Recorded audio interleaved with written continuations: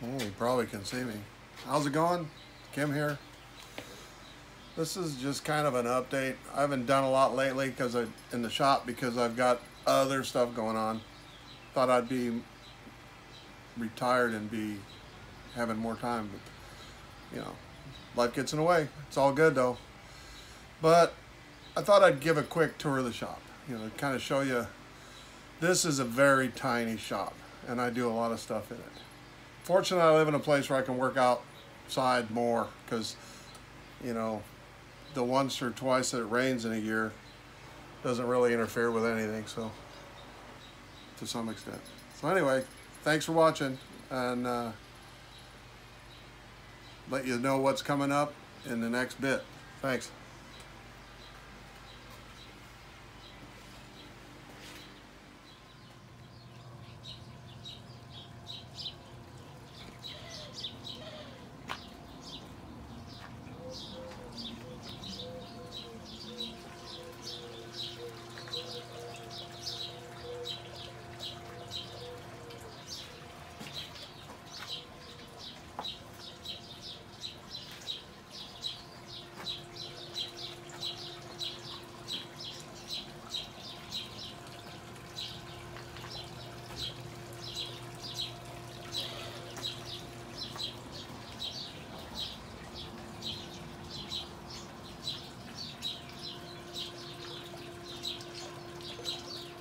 So what you're looking at here, this gray wood building, I built that like 35 years ago, something like that. 30, something like that. It's been a long time. And it was the only shop I had. And it's just Mexican brick on the outside. It's just basically 12 foot by 12 foot. And I used to work everything in here up until last summer when I built the nether part, the metal building, because I was retiring and I wanted more room. Imagine, if you will, everything you see in this room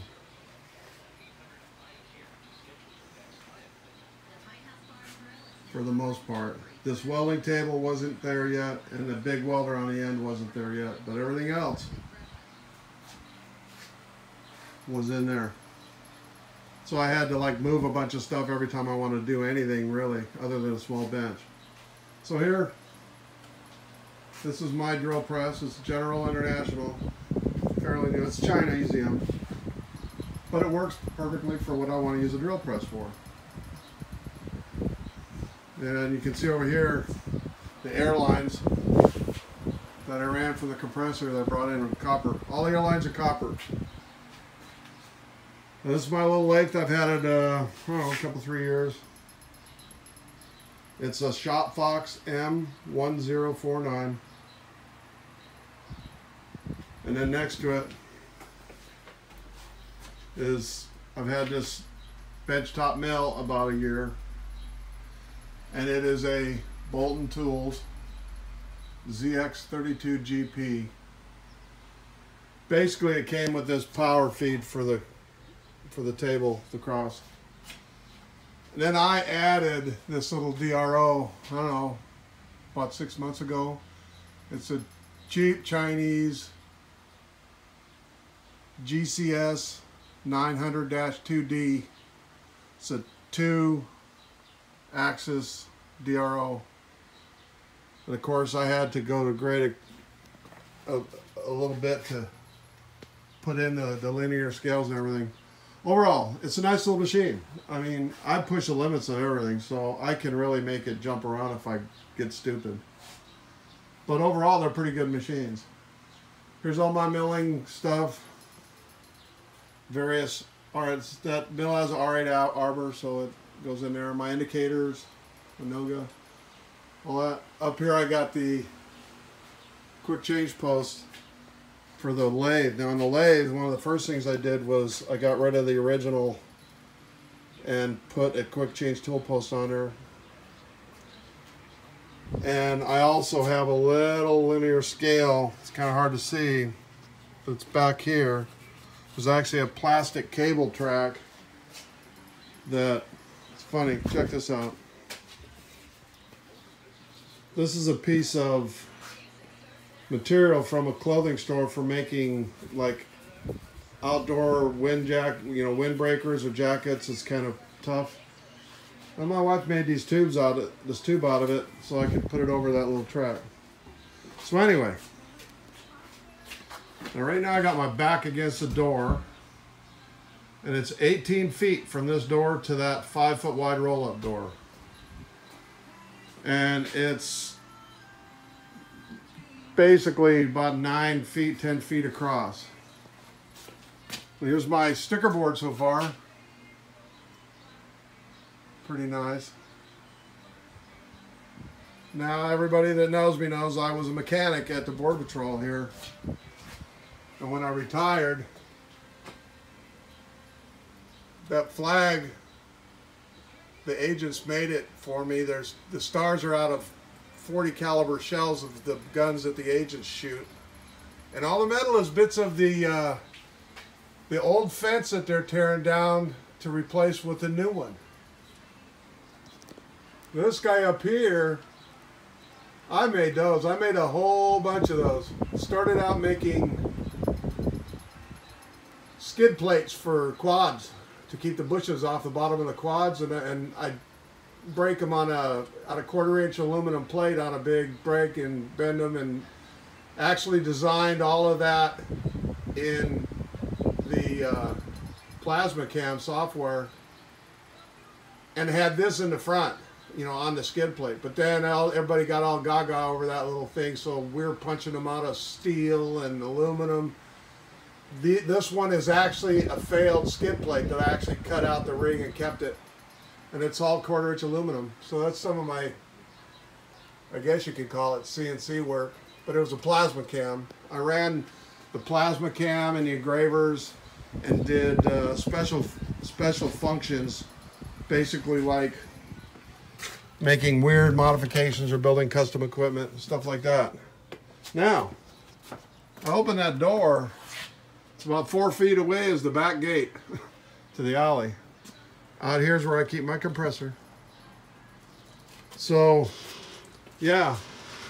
I don't know if there's a hashtag for Tiny Shop Nation, but that's the way it is.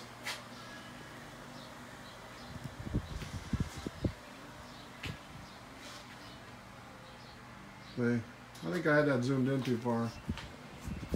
This is an old Postal Desk that I got when they were redoing the post office like a long time ago, and I use it for all my, you know, I got a little granite block down there that's a precision angle block, or granite block that I can do some measurements on, and then I've got a lot of my tools and stuff up in there, all that stuff for the machine tools. And right here is my original toolbox from 1978 or something, when I actually started making enough money to buy one. Beat to hell over the years. Bits and pieces that I got rid of the big stuff because I didn't have room. But yeah, some bozo in the shop one time dropped a high pressure oxygen cylinder off of a truck, and it would have hit the floor and been really hairy, except that the capped valve end hit my toolbox and smashed the top of it and kept it from going all the way to the floor. Yahoo! So someday I'll take it all, clean it all up, and do a bunch of body work and make it new. And the hood ornament. I was a Mercedes Porsche mechanic when I left being employed by dealers and cars places and went to the Border Patrol. Anyway, that's about it, folks. Maybe I'll do some more, and I gotta look at this. I want it to be short. Hi again. It's Kim here, Papa's Fix-It Shop. And a couple of stuff coming up, couple of projects that I'm gonna be doing, showing on this. And it's one of them I've been working on for quite a while, and I don't think I've shown any of it. I started kind of before I really got heavy into videotaping, and it's been quite a while, and it's actually a Pratt and Whitney gang drill press, a small one. which is deceptive because it takes like 3 people just to walk it around on the base. To pick it up, you need a hoist of some kind and chains. And anyway, this thing is so old that it was originally a line shaft driven drill press, and it's 3 on 1 fixture, so you can you go progressively across of them, and you have a lever you pull down to slide the drill chuck through to drill with it, but it's got belts that run the pulleys that drive the thing. Anyway, I got given to me by a friend of mine who had it and didn't want it, didn't know what to do with it. It would have gone to scrap or something. He's just trying to give it away. I drug it off, and this thing was like probably around 100 years old, and I was slowly fixing it. And the last thing I got to do is where these drill chucks on a shaft articulate up and down, there's a boot originally, there's screws for it that keep the chips from getting in there in the dirt and whatnot. And it was horribly ugly the way they had it. It's just like pieces of orange rubber kind of like wired on. So I decided to make some boots, and I made them out of like a ripstop exterior clothing material. You get it like one of those, like, I think this was from Joann's or something. Anyway, you go in there where they sell material, and I just looked for stuff to make like fly awnings and tent stuff, and I got the stuff, and I made a pattern, and I handed a pattern and the material to my lovely wife, who popped out 3 of these guys. And so it's effectively, it's just a tube of this material. She seamed the bottom edge, she seamed it together, and she also made this notch right here based on the pattern that's all sealed up. So this slides up around that guy, and I have to put some little brass eyelets, 3 of them around there for the screws, and then once I get that back on there, the 100-year-old Pratt and Whitney progressive drill press will be fully functional, and I'll be trying to find a home for it, because as much as I love it, I have no use for it, and I don't have the room to keep it, you know, so somebody might be interested. And then the other thing is, I had a friend come to me, a really good friend, and he flies an ultralight aircraft.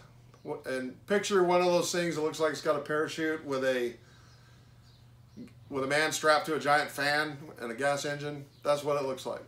And he bought a trailer to haul it around and protect it.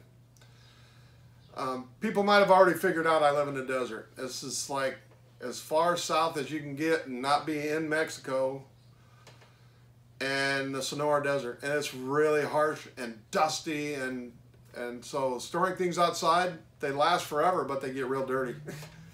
And the sun eats everything. So if you have a complex machine out in the sun, it's going to eat all the hoses, all the plastic within a few years. Anyway, he ordered this custom trailer built on the dimensions he offered, and then drove to Oregon and back to bring it back. And when he went to put the aircraft in, he found out that it was about 1 7/8 inches too narrow at the threshold for the tires to roll through the door.